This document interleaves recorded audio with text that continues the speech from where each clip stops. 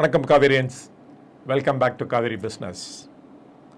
2 நாளுக்கு முன்னாடி ஒரு இன்ஃப்ளேஷனை பற்றி ஒரு வீடியோ போட்டிருந்தேன். அதில் கூட என்ன சொல்லியிருந்தேன் அப்படின்னா, உங்களுடைய கமெண்ட்ஸ் என்ன about this video, about inflation அப்படின்னு கேட்டிருந்தேன். நான் நிறைய பேர் கமெண்ட் பண்ணியிருந்தீங்க, அதுக்கெல்லாம் ரொம்ப தேங்க்ஸ் அப்படின்னு சொல்லணும். அந்த கமெண்ட்டுக்கு நான் இன்றைக்கி ரிப்ளை பண்ண விரும்புகிறேன். இந்த இன்ஃப்ளேஷன் டேட்டா ஆக்சுவலாக என்னுடைய டேட்டா இல்லை, கவர்மெண்ட் பப்ளிஷ் பண்ண டேட்டா.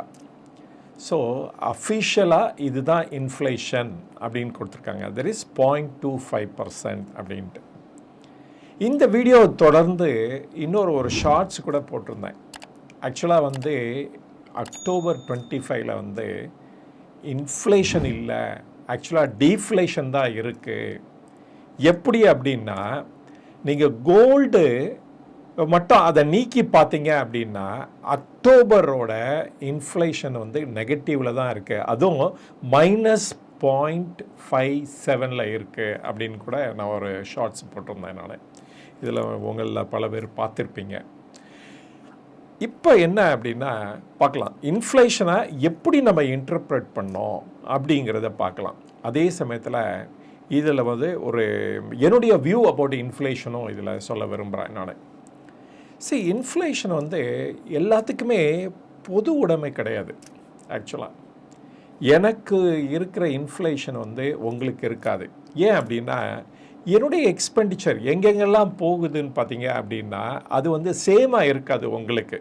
அதனால் அது ஏஜுக்கு தகுந்தாப்புல மாறும் அப்படின்னு கூட சொல்லலாம்.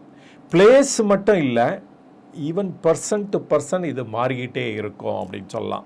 ஈவன் ஸ்டேட் டு ஸ்டேட்டு கூட இது டிஃபர் ஆகும் அப்படின்னு சொல்லலாம். அதனால தான் இன்ஃப்ளேஷன் டேட்டா பப்ளிஷ் பண்ணும்போது ஸ்டேட் வைஸாக கூட அவங்க பப்ளிஷ் பண்ணுறாங்க. அதே சமயத்தில் ரூரல் அர்பன் ஏரியா அப்படின்னு டிவைட் பண்ணி கூட என்ன இன்ஃப்ளேஷன் இருக்குது ஒவ்வொரு பிளேஸ்லேயும் அப்படிங்கிற சொல்கிறாங்க. இப்போ என்னுடைய ஒப்பீனியன் அபவுட் இன்ஃப்ளேஷன் என்ன அப்படின்னு பார்த்தீங்க அப்படின்னா, இந்த இன்ஃப்ளேஷன் ஒரு இண்டிகேஷன் அப்படின்னு தான் சொல்லலாம். இது அஃபிஷியல் இண்டிகேஷன் அப்படின்னு கூட சொல்லலாம். அது உண்மையா பொய்யாங்கிறத டிபேட்டுக்கு நம்ம போக வேணாம். இதை பேஸ் பண்ணி தான் even Reserve Bank of India அவங்களுடைய இன்ட்ரெஸ்ட்டை தீர்மானிக்கிறது உண்டு. ஸோ அதனால் இந்த அஃபிஷியல் டேட்டா ரொம்ப எசென்ஷியல் அப்படின்னு சொல்லலாம். ஆரம்பிக்கும் போதே சொன்னேன், இது பர்சன்ட் டு பர்சன்ட் டிஃபர் ஆகும் அப்படின்னு சொன்னேன். எப்படி அப்படிங்கிறத இப்போ பார்க்கலாம். இப்போ கவர்மெண்ட் நேர்லி ஒரு 80 crore பீப்புளுக்கு ஃப்ரீ ஃபுட்டு ஆர் ரேஷன் கொடுக்குறாங்க. அதில் என்னென்ன இருக்க ஐட்டம் பார்த்திங்கன்னா, அரிசி இல்லாட்டா கோதுமை, ஈவன் பல்சஸ் கூட சம்டைம் பருப்பு வகையில் கூட இருக்குது. சுகர் கூட கொடுக்குறாங்க சப்சிடைஸ்டு ரேட்டு. 80 கோடி மக்களுக்கு மாதம் இது போயிட்டுருக்கு அப்படின்னு சொல்லலாம். மித்தவங்களாம் பார்த்தீங்க அப்படின்னா ரேஷன் அரிசியை டிபெண்ட் பண்ணாதவங்க, இல்லாட்டா அந்த பொருளை டிபெண்ட் பண்ணாதவங்க மார்க்கெட்டில் தான் போய் வாங்கி ஆகணும். இந்த ரேஷனை டிபெண்ட் பண்ணுறவங்களுக்கு பார்த்தீங்க அப்படின்னா இந்த ஃபுட் இன்ஃப்ளேஷன் இந்த ஐட்டம்லேருந்து அவங்களுக்கு வெகுவாக பாதிக்கப்பட மாட்டாங்க. இது ஏற்றம் இறக்கம் என்ன இருந்தாலும் அவங்களுக்கு அதை பற்றி கவலை இல்லை அப்படின்னு சொல்லலாம். அதே இது அவங்க கையில் இருக்க அந்த மணியை வச்சுக்கிட்டு மித்த ஐட்டம்லாம் அவங்க வாங்க ட்ரை பண்ணுவாங்க. ஏன்னா ஃபுட் ஐட்டம்ங்கிறது ஒன்லி அரிசி பருப்பு மட்டும் கிடையாது, நிறைய அதர் ஐட்டம்ஸ் இருக்குது. வெஜிடபிள்ஸ் இருக்குது, ஃப்ரூட்ஸ் இருக்குது, மில்க் இருக்குது, அப்படின்னு நிறைய சொல்லிகிட்டே போகலாம். இப்போ மில்க் ஐட்டம் இதிலெல்லாம் இன்ஃப்ளேஷன் எல்லாத்துக்குமே தாக்கும். ஏன்னா மில்கெல்லாம் ரேஷனில் வரல. அதனால் அதோட இன்ஃப்ளேஷன் இது கிளியராக பொது பார்த்தீங்க அப்படின்னா 140 கோடி மக்களையும் அஃபெக்ட் பண்ணும். அது ஏற்றம் இருந்தாலோ இல்லாட்ட இறக்கம் இருந்தாலோ. ஸோ அதனால் நம்ம கிளியராக என்ன புரிஞ்சுக்கணும் அப்படின்னா, எது ஐட்டம் எப்படி அஃபெக்ட் ஆகுதுங்கிறது பர்சன்ட் டு பர்சன்ட் டிஃபர் ஆகிட்டே இருக்கும். பட் ஆனால் ஃபுட் ஐட்டம் மட்டும்தான் நம்ம கன்சிடர் பண்ணணுமா? ஏன்னா இல்லை, சிபிஐ இருக்குது பாருங்கள், கன்சியூமர் ப்ரைஸ் இண்டெக்ஸ். அது வந்து not only goods but also even சர்வீஸையும் இன்க்ளூட் பண்ணுறாங்க. ஃபார் எக்ஸாம்பிள், நீங்கள் வந்து உங்களுடைய குழந்தைகளுக்காக யூனோ ஸ்கூல் ஃபீஸ் பே பண்ணுறீங்க, இல்லாட்ட மெடிக்கல் எக்ஸ்பென்சஸ் இருக்குது, தென் வந்து ஹையர் எஜுகேஷனுக்காக உங்கள் பிள்ளைங்களுக்காக வந்து செலவு பண்ணுறீங்க. இதெல்லாம் கூட வருஷம் பார்த்தீங்க அப்படின்னா 15% ஏறிட்டு இருக்கு. இது தவிர பாருங்கள், எலக்ட்ரிசிட்டி எடுத்துக்கோங்க. எலக்ட்ரிசிட்டி கூட வருஷம் தமிழ்நாடை பொறுத்த வரைக்கும் சொல்கிறேன், இந்த தமிழ்நாடு மாடலில் மித்த மாநிலமும் ஃபாலோ பண்ண ஆரம்பிச்சிட்டாங்க. பார்த்திங்கன்னா வருஷம் அந்த இன்ஃப்ளேஷனுக்கு தகுந்தாப்பில் ஏற்ற ஆரம்பிச்சிட்டாங்க. ஸோ அரௌண்டு 4% வந்து இண்டஸ்ட்ரிக்கு, இந்த கமர்ஷியல் என்டிட்டிக்கோ, ஈவன் ஹவுஸ் ஹோல்டு கூட ஏற்ற ஆரம்பிச்சிட்டாங்க. தேர்ஃபோர் இதோட இம்பேக்டும் நம்ம மேலே இருக்கும் அப்படின்னு சொல்லலாம். இப்போ வந்து இண்டஸ்ட்ரி மேலே டேரிஃப் விதிக்கிறாங்கன்னு வச்சுக்கோங்களேன், அதுக்கு இன்க்ரீஸ் ஆகுதுன்னா நேச்சுரலி அவங்க விற்கிற பொருள் மேலே அதை பாஸ் ஆன் பண்ண தான் செய்வாங்க. அது வந்து நம்ம அல்டிமேட்டாக வந்து நம்ம தான் பேர் பண்ண வேண்டி இருக்கும். அதே மாதிரி கமர்ஷியல் எஸ்டாப்ளிஷ்மெண்ட் அப்படின்னு சொல்லணும். ஆனால் ஹவுஸ் ஹோல்டில் இருக்கிறது வந்து என்ன பண்ண முடியும், நம்ம வந்து அதை அப்சர்வ் பண்ணி தான் ஆகணும். நமக்கு வர வருமானத்துலேருந்து அதை மீட் பண்ணி ஆகணும். அது no other way or no other go அப்படின்னு சொல்லலாம். அதனால் வந்து இன்ஃப்ளேஷன் வந்து மெயினாக வந்து நம்ம வந்து ஃபுட்டை மட்டும் தான் கன்சிடர் பண்ணோம். ஏன் அப்படின்னா அதுக்கு தான் ஜாஸ்தி வெயிட்டேஜ் இருக்குது இன்ஃப்ளேஷன் டேட்டாவில். நியர்லி ஃபுட் அண்ட் ஃபியூல் மட்டும் எடுத்துட்டிங்கன்னா 55% வெயிட்டேஜ் இருக்குது.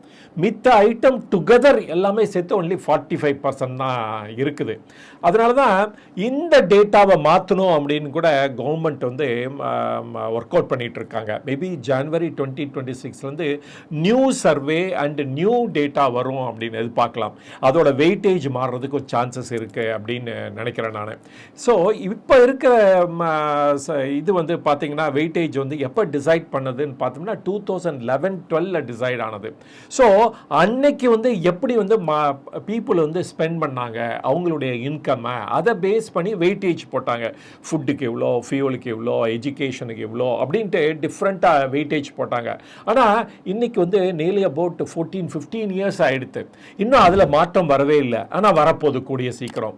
அதனால நம்ம என்ன ஹோப் பண்ணலாம் அப்படின்னா ஒரு ரீசனபிள் வெயிட்டேஜ் வந்து எல்லா ஐட்டத்துக்கும் கிடைக்கும் அப்படின்னு எதிர்பார்க்கலாம். அப்படி கிடைக்கிற பட்சத்தில் மேபி அது வந்து ஒரு கிளியராக ரிஃப்ளெக்ட் ஆகும் நம்மளுடைய எக்ஸ்பெண்டிச்சர் ஆன் வேரியஸ் ஐட்டம் அப்படின்னு சொல்லலாம். பட் இருந்தாலும் இதை மட்டும் ஞாபகம் வச்சுக்கோங்க, தட் வந்து 80 crore பீப்புளுக்கு வந்து ஃபுட்டு இலவசமாக போயிட்டுருக்கு. ஆனால் 60 crore ஆஃப் பீப்புள் வந்து எல்லாத்துக்கும் அவங்க செலவு பண்ண வேண்டியது இருக்குது.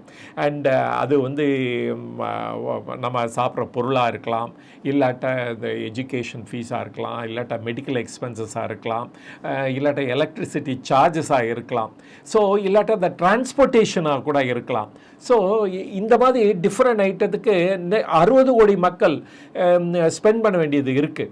அது வந்து அவங்களுக்கு ஒரே ஒரு சோர்ஸ் ஆஃப் ரெவன்யூ தான் மோஸ்ட் ப்ராபப்லி இருக்கும். ஸோ அதுலேருந்து தான் அவங்க மீட் பண்ண வேண்டியது இருக்குது. அந்த ஒன் சோர்ஸ் ஆஃப் இன்கமில் பார்த்தீங்க அப்படின்னா அதுவும் வந்து வருஷம் ஏற போகிறதில்ல. இன்ஃப்ளேஷன் இவ்வளோ இருக்குது அப்படின்னு சொல்லி உங்களுடைய முதலாளிங்க வந்து உடனே சம்பளத்தை ஏற்றி கொடுக்கறது இல்லை. அதனால என்ன ஆகுது அப்படின்னா அந்த பேர்டன் வந்து ரொம்ப ஜாஸ்தியாக தான் தெரியும் அப்படின்னு கூட நம்ம சொல்லலாம். அண்ட் மொரோவர் இப்போ இந்த ஃபார் எக்ஸாம்பிள் இதை எடுத்துக்கோங்களேன், ப்ரைவேட் எஜுகேஷன் பார்த்துங்க, ரைட் ஃப்ரம் LKGலேருந்து எவ்ரி இயர் இன்க்ரீஸ் ஆகிட்டே போயிட்டுருக்கு. என்ன காரணம் தெரியாது, ஆனால் அது இன்க்ரீஸ் ஆகிட்டே போயிட்டுருக்கு. அதே மாதிரி மெடிக்கல் எக்ஸ்பென்சஸ் பாருங்கள், அதுவும் வந்து 15% வந்து ஈச் இயர் வந்து இன்க்ரீஸ் ஆகிட்டே போயிட்டுருக்கு. அது எலக்ட்ரிசிட்டி நான் ஏற்கனவே சொன்னேன், கவர்மெண்ட் வந்து இப்போ ரிவைஸ் பண்ண ஆரம்பிச்சிட்டாங்க 4% அப்படின்ட்டு. ஸோ அதுவும் இன்க்ரீஸ் ஆகிட்டே இருக்குது. சில பேர் வந்து ரெண்டட் ஹவுசஸில் இருப்பாங்க, அந்த இதுவும் பார்த்தீங்கன்னா கண்டிப்பாக வருஷத்துக்கு 10% அது இன்க்ரீஸ் ஆகிறது உண்டு. அண்டு சப்போஸ் நீங்கள் வந்து ரெண்டட் ஹவுஸ் இல்லை ஓன் ஹவுஸில் இருந்தீங்கன்னா கூட அதுக்கு ஏதாவது லோன் வாங்கியிருந்தீங்கன்னா அதோட பேர்டன் வந்து ஏன்னா இருந்துக்கிட்டே இருக்க போகுது அந்த லோனை கட்டி முடிக்கிற வரைக்கும்.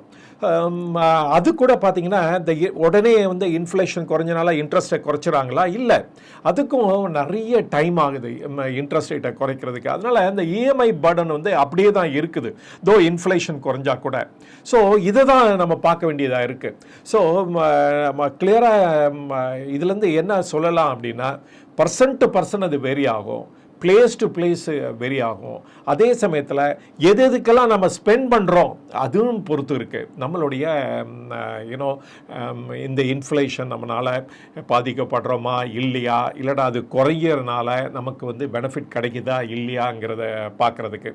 ஸோ நான் கூட என்ன பண்ணேன், இந்த இன்ஃப்ளேஷன் டேட்டா வந்தோட, ஏன்னா 4 மாதமாக குறைஞ்சி வந்துக்கிட்டே இருக்குது. என்னுடைய ஒய்ஃப்கிட்ட கேட்டேன் நான், ரியலாகவே பொருள் குறைஞ்சிருச்சாப்பா, எப்படி வந்து இந்த விலைவாசிலாம் இப்போ இருக்குது அப்படின்னு கேட்டப்ப என்ன பதில் கிடச்சிச்சு அப்படின்னா, எனக்கு ஒன்றும் அந்த மாதிரி தெரியலை, விலை குறைஞ்ச மாதிரி எந்த ஐட்டமில் பெரிய லெவலில் குறைஞ்ச மாதிரி எனக்கு தெரியல.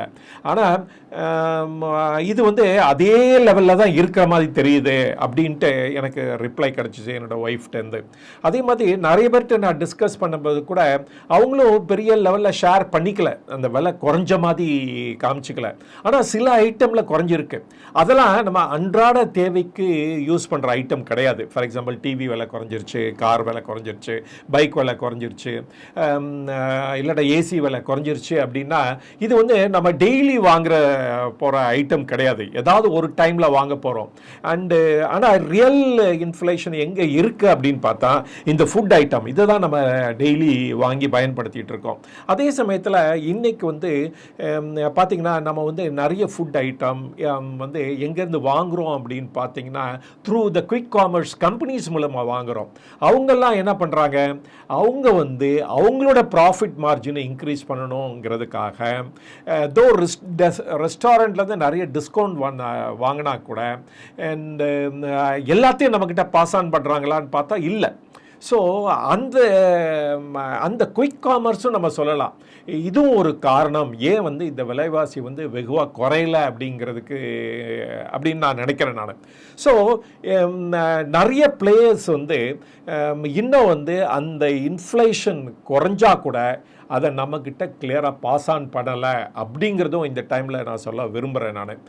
இந்த குறைந்த விலைவாசி வந்து மக்களுக்கு போய் சேரணும் அப்படின்னா முக்கியமாக கவர்மெண்ட் என்ன பண்ணணும் அப்படின்னு நான் நினைக்கிறேன் அப்படின்னா, இந்த இப்போ வந்து அஃபிஷியலாக வந்து இன்ஃப்ளேஷன் குறைஞ்சிருச்சுன்னு சொல்கிறீங்க, அப்போ வந்து இம்மிடியேட்டாக இன்ட்ரெஸ்ட் ரேட்டை குறைக்க பாருங்கள். அதுவும் வந்து இன்ட்ரெஸ்ட் ரேட்டை வந்து சப்ஸ்டான்ஷியலாக குறைக்கணும். அண்டு அது குறைச்சி மட்டும் போதாது, அதை வந்து அந்த பேங்க்குக்கிட்டையும் சொல்லி அதை பாஸ் ஆன் பண்ண வைக்கணும், அதுதான் முக்கியமானது. ஸோ அதை வந்து இந்த பாரோவர்ஸ்க்கு பாஸ் ஆன் பண்ணால் தான் அண்டு ஒரு பெனிஃபிட்டை நம்ம வந்து அனுபவிக்க முடியும் அப்படின்னு நினைக்கிறேன். இப்போ அதே மாதிரி இந்த பேங்க்கு கூட பார்த்திங்கன்னா அவங்களுடைய ROA, there is return on investment வந்து இப்போ ப்ரைவேட் பேங்க்ஸ்லாம் பார்த்திங்கன்னா 1.8 1.9 அந்த மாதிரி ரொம்ப ஹையாக இருக்குது பர்சன்டேஜ். இப்போ வந்து அதே இது பப்ளிக் செக்டார் பேங்க் பார்த்திங்கன்னா 1.1 ஆர் 1.2 அது மாதிரி இருக்குது. நான் RBI கூட திங்க் பண்ணணும்னு நினைக்கிறேன். என்ன இதுனா இதை குறைக்கிறதுக்கு தெர் இஸ் அப்பர் லிமிட்டே 1.4 ஆர் 1.5க்கு மேலே இவங்க வந்து ஏர்ன் பண்ணக்கூடாது அப்படின்னு சொல்லி கண்டிஷன்லாம் விதிக்கணும்னு நினைக்கிறேன். எப்படி வந்து அசட் குவாலிட்டிக்கு வந்து ஒரு ஸ்டாண்டர்டு வந்து வச்சுருக்காங்களோ அதே மாதிரி ஈவன் அவங்களுடைய ரிட்டர்ன் ஃப்ரம் தர் இதற்கு பாருங்கள் அசட்ஸ், அதுக்கு கூட அவங்க வந்து ஒரு அப்பர் லிமிட் வைக்கணும் அப்படின்னு நினைக்கிறேன். அதர்வைஸ் இப்போ வந்து மைக்ரோ ஃபைனான்ஸுக்கெலாம் வந்து ஃப்ரீடம் கொடுத்துட்டாங்க, என்ன வேணால் இன்ட்ரெஸ்ட் ரேட்டு சார்ஜ் பண்ணுங்க அப்படின்ட்டு. அந்த மாதிரி கொடுக்குறப்ப அவங்களோட சார்ஜ் பண்ணுற இன்ட்ரெஸ்ட் பார்த்திங்கன்னா 21 22, ஈவன் பர்சனல் லோனுக்கு கூட பாருங்கள் எல்லா பேங்க்ஸும் 18% அண்ட் அபவ் தான் சார்ஜ் பண்ணுறாங்க. ஸோ இந்த மாதிரி ஹை சார்ஜஸ் பண்ணுறதுனாலையும் அண்டு டெஃபினட்டாக வந்து இன்ஃப்ளேஷன் வந்து குறைஞ்சா கூட அது மக்களுக்கு போய் சேராது அப்படின்னு நினைக்கிறேன். அதுக்கு மக்களுக்கு போய் ரியலாகவே சேரணும், அந்த குறைஞ்ச இன்ஃப்ளேஷன் வந்து எல்லாத்துக்கும் பயனடையணும் அப்படின்னா தென் வந்து இந்த மாதிரி இம்பார்ட்டன்ட் அத்தாரிட்டிஸ்லாம் அவங்க வந்து ஆக்ஷன் எடுக்கணும்.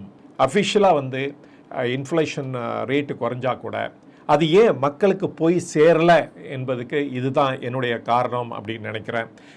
இது வரைக்கும் இந்த வீடியோவை பொறுமையாக பார்த்ததுக்கு ரொம்ப நன்றி. மீண்டும் சந்திப்போம். வணக்கம்.